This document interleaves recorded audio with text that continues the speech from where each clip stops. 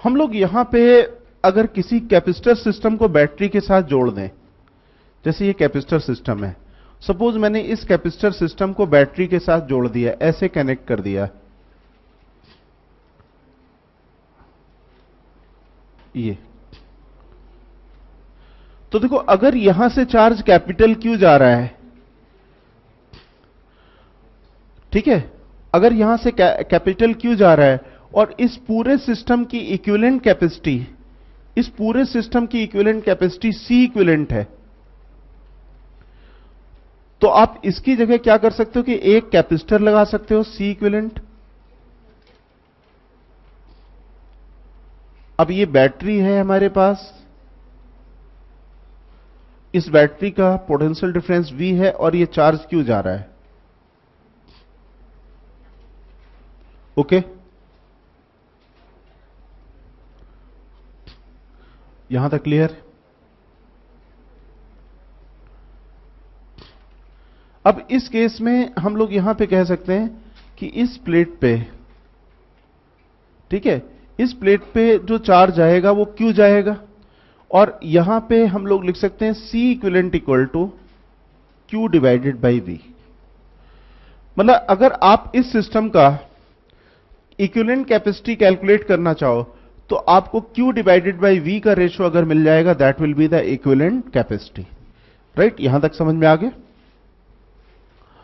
अब जरा एक चीज और समझने की कोशिश करना जिससे क्वेश्चन सॉल्विंग आसान होगी। हम लोगों को मालूम है कि किसी भी जंक्शन में जितना इनकमिंग चार्ज होता है उतना आउटगोइंग होता है, और बैटरी की पॉजिटिव टर्मिनल से जितना चार्ज निकलता है उतना नेगेटिव टर्मिनल में लौटना चाहिए, यहां पे क्यू जाना चाहिए। अब देखना क्यू चार्ज एंटर कर रहा है और कहां पे पहुंच रहा है, 1 माइक्रोफैरेड और 3 माइक्रोफैरेड पे।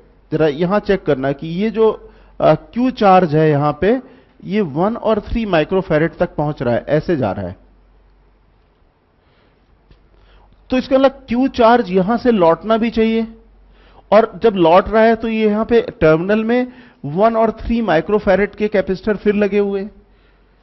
आप ये सोचो कि अगर हम लोग यहां पे बैटरी का पोलैरिटी अपोज कर देते तो जितना चार्ज, जिस तरीके से चार्ज यहां पे 1 और 3 में जा रहा होता, से 1 में चार्ज अगर जा रहा था x, तो यहां पे चार्ज कितना जाएगा, q माइनस एक्स। तो देखो यहां से जब निकलेगा चार्ज तो अब 1 से कितना निकलना चाहिए, x, और यहां से कितना चार्ज निकलना चाहिए, q माइनस एक्स। क्यों ऐसा चार्ज निकलना चाहिए? आप अगर बैटरी की पोलैरिटी अगर अपोजिट कर देते तो यहां से चार्ज 1 में एंटर करता x और 3 में एंटर कितना करता, q माइनस एक्स, ठीक है।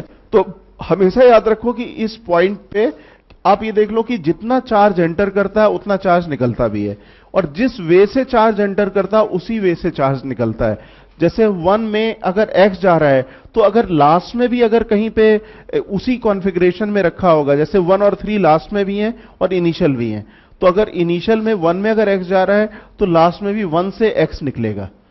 आप इसको समझ सकते हो कि ये चार्ज का फ्लो और वाटर का फ्लो क्या होता है, सेम। चार्ज का फ्लो और वाटर का फ्लो क्या होता है, सेम। अगर मान लो कि सेम डायमीटर की पाइप्स होंगी, उनमें वेलोसिटी ऑफ द वाटर क्या होगी, इक्वल।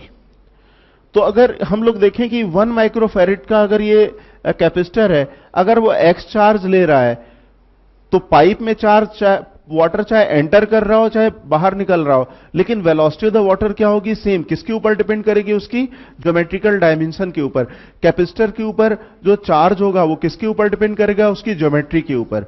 तो यहां पे ये याद रखना पड़ेगा कि जिस तरीके से चार्ज एंटर करता है उस तरीके से चार्ज बाहर जाता है, और इस पॉइंट को हम लोग कहते हैं टर्मिनल पॉइंट सिमेट्री।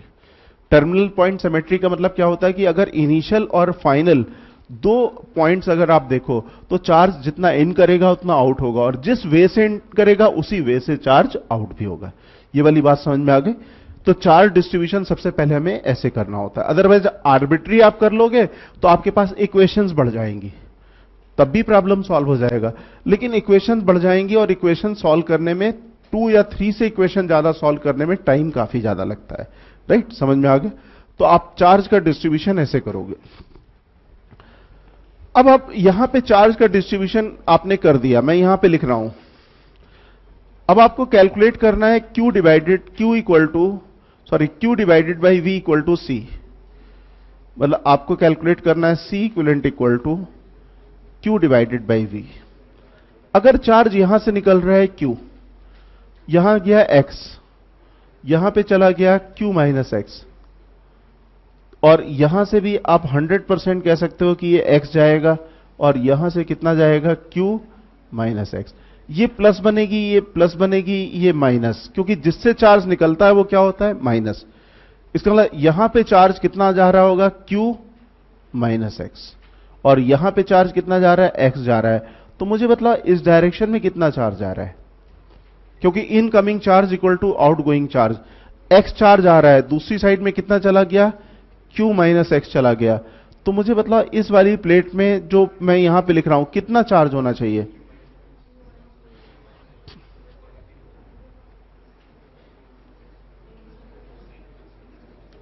जरा चेक करिए इसमें कितना चार्ज होना चाहिए। देखो आपको अगर कैलकुलेट करना, तो मान लो यहां y है, देखो आप कैलकुलेट करना चाहो तो सपोज ये y है, तो मतलब इस जंक्शन में इनकमिंग कितना हो गया, x। देखो इस जंक्शन को आप एनालाइज करना चाह रहे हो, तो इनकमिंग कितना हो गया, x, और आउटगोइंग कितना हो गया, q माइनस एक्स और प्लस y। इस डायरेक्शन में मान लो आपने कह दिया y है चार्ज। अब y की वैल्यू कितनी हो जाएगी, y will be equal to, ये इस तरफ चले ले जाएंगे तो कितना हो जाएगा, 2x माइनस क्यू।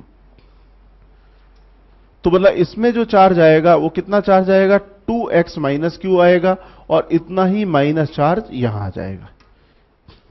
मतलब ये समझ में आ गया कि how to distribute the charge. ठीक है, incoming charge should be equal to the outgoing charge. हर एक जंक्शन में चार्ज डिस्ट्रीब्यूट करते चलो। दिस पार्ट इज ओके, जरा चेक कर लीजिए। अब देखो आपको कैलकुलेट क्या करना है, आपको कैलकुलेट करना है Q डिवाइडेड बाई V। क्यों Q divided by V calculate करना है, कि उतना ही इक्विवेलेंट कैपेसिटेंस के बराबर होगा। ठीक है, अब आप एक इक्वेशन ऐसी लिखो जिसमें किसी भी तरीके से V वाला पार्ट भी इंक्लूड हो रहा हो, मतलब बैटरी भी इंक्लूड हो रही हो। तो टेक द आउटर लूप। तो हम लोग सबसे पहले लिख लेते हैं taking outer loop, taking outer loop.